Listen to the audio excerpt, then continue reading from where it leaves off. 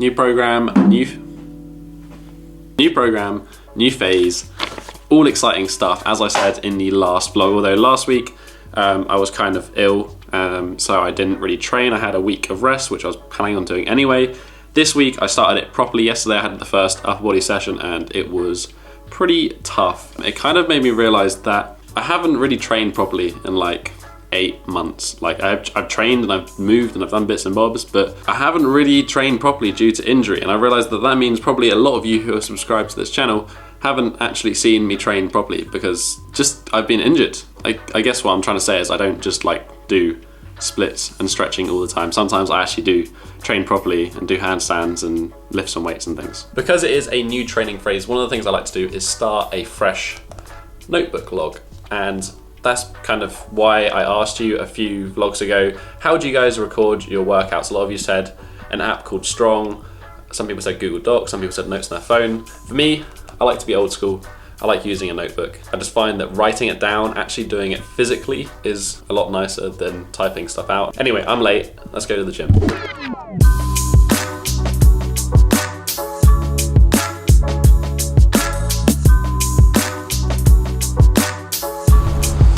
However, today's session is going to be lower body, but we're not going to be focusing on mass gain in terms of lower body because I don't really want heavier legs. It definitely makes bodyweight stuff harder. And we're going to be focusing a lot on stability, coordination, as well as a good amount of mobility.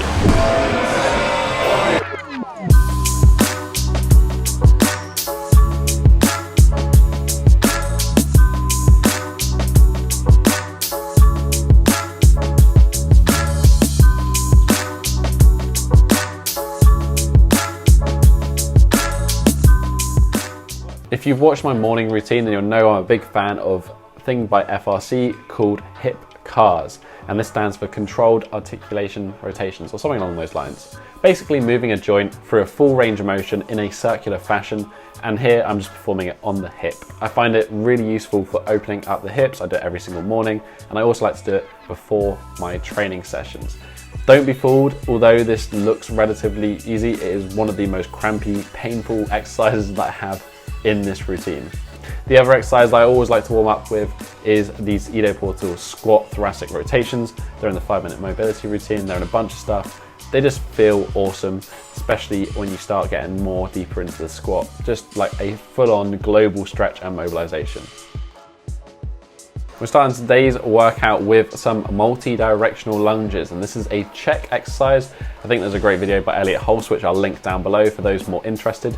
Basically, instead of doing normal lunges in that sagittal plane of motion, so going forward and back, we're going to be doing lunges around essentially a clock face. So there's 8 different foot positions, working both legs, working all planes of motion, and it is a really challenging exercise. I guarantee if some of you guys do this and you notice, for example, you're probably pretty strong in the front and the back lunge, but as soon as you start getting out a little bit to the sides, especially into like the lateral lunge like you're seeing now, you're going to find it a lot harder. If you notice significant weaknesses in those planes of motion, then that's really an indication that you need to start training in that plane. So I've been doing this exercise. Basically, I'll do 2 circles. So I'll go round, clockwise, anti-clockwise, doesn't really matter. You're working both legs at the same time. And I just do 2 circles, so 16 total reps. And then this was a tricep. So the second exercise in this set was some single leg, straight leg deadlifts. This exercise is just one of my go-to single leg hamstring glute exercises. There's many others you could pick, but I personally prefer this one because it has a nice combination of also adding in range of motion, which is, you know, when it comes to range of motion, it's important that you either use it or lose it. So adding in some exercises like this is a great way to build strength in that hamstring through a good range of motion. Plus you've also got the balance aspect of being on a single leg. Then the final exercise in this tricep is a single leg jump to stick. So although I'm not doing a particularly high jump, I don't have the space to do it in the gym that I'm at, like you would do a traditional box jump. Doing a single leg stick to jump is a little bit harder because it's one leg, but then the whole point of the exercise is to focus on landing the jump on the balls of your feet, sticking it for a second or 2, and managing to balance that momentum into the ground. So it's a really great exercise, again, for ankle, knee, and hip stability. That was basically the main bulk of my upper body session. I then did a second tricep, which was focused more on the glutes and the calves.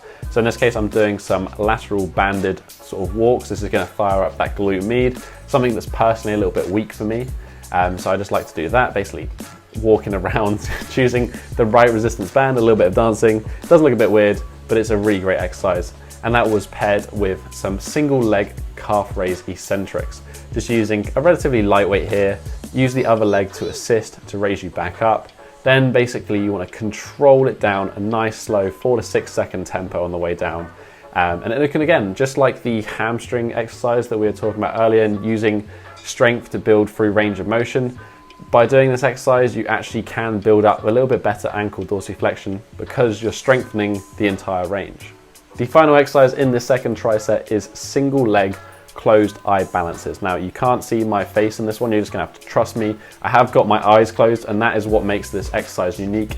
Really helps build that proprioception in the foot, basically gets you balancing on one foot with your eyes closed. I'm just doing it for a minute here, but gymnasts and the like will do it for multiple minutes, closed eyes, balancing on that single foot. Then moving into some core. What I've chosen with these core exercises is basically looking at integrating both the upper and lower body. So the first exercise is this supine lateral bull roll. So the idea here is to basically maintain the same body position and roll side to side on the Swiss ball. It's just like I mentioned before, the frontal plane tends to be a little bit weak, so moving side to side. But also what you have is this anti-rotational effort, because you're trying to keep your body flat, and thus you're trying to stop it from rotating off the ball. So it's a really fantastic core exercise. It kind of brings the whole body into play. I was then pairing that with these forward ball rollouts. What I'm doing here is, again, integrating that lower body into a squat. And then as you extend out to the top range of motion, you also extend the arms, and you get this incredible like full body core tension plus a little bit of stability from the ball. It's quite an interesting exercise, a little bit different to your traditional hollow body hold or hanging leg raises. Kind of just like to mix it up sometimes and throw something a little bit different in. I'm a really big fan of this exercise, again, just for that integration of upper and lower body. Then moving on to the mobility, I started out with some banded frog poses and then throwing some weight on just because why not?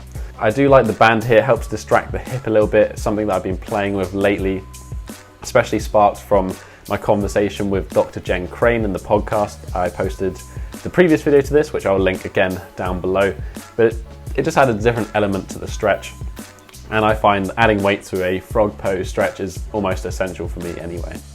I was pairing this with one of my favorite glute exercises, which is the 4-position lift, because it puts your hip in a weird position. It puts it in internal and external rotation at the same time. It's definitely a challenging position, and I just find it's great, especially for the pancake. I find it helps a lot. Improving hip internal rotation can help hugely for the pancake. So if you are struggling with the pancake, give this exercise a go prior and see if it makes a difference. Speaking of the pancake, that's kind of what I moved on to next. I was pairing these straddle core compressions, which is a great exercise for the hip flexors, for the quads, for that core compression, for things like the press to handstand. And I was doing this for sort of 10 to 15 reps, nice and slow and controlled, and then pairing it and going straight into some pancake reaches, which one of my favorite pancake exercises. Although today I was feeling particularly tight because I haven't really trained much for the past week, and I haven't stretched and I haven't mobilized that much. I was kind of just feeling tighter than normal. Plus this is the first time I've trained middle splits again in a couple of weeks. And you'll see here as well, the middle splits are pretty shocking, but sometimes you just have one of those days and you feel really tight and restricted, and other days it goes fine, just the same as you would with training generally. So this is my first set. Definitely not good at all, like where I was maybe like 6 months ago. The second set, this is what you're seeing now, which I basically use the same principle as the frog pose by adding a little bit of weight to the hips, performing some PNF, trying to go down a little bit deeper, trying to embrace the suck. And the result was okay. It definitely wasn't a good middle split, like I've been getting full the past few times I've trained it, but sometimes that's just the way it is. Back to the block.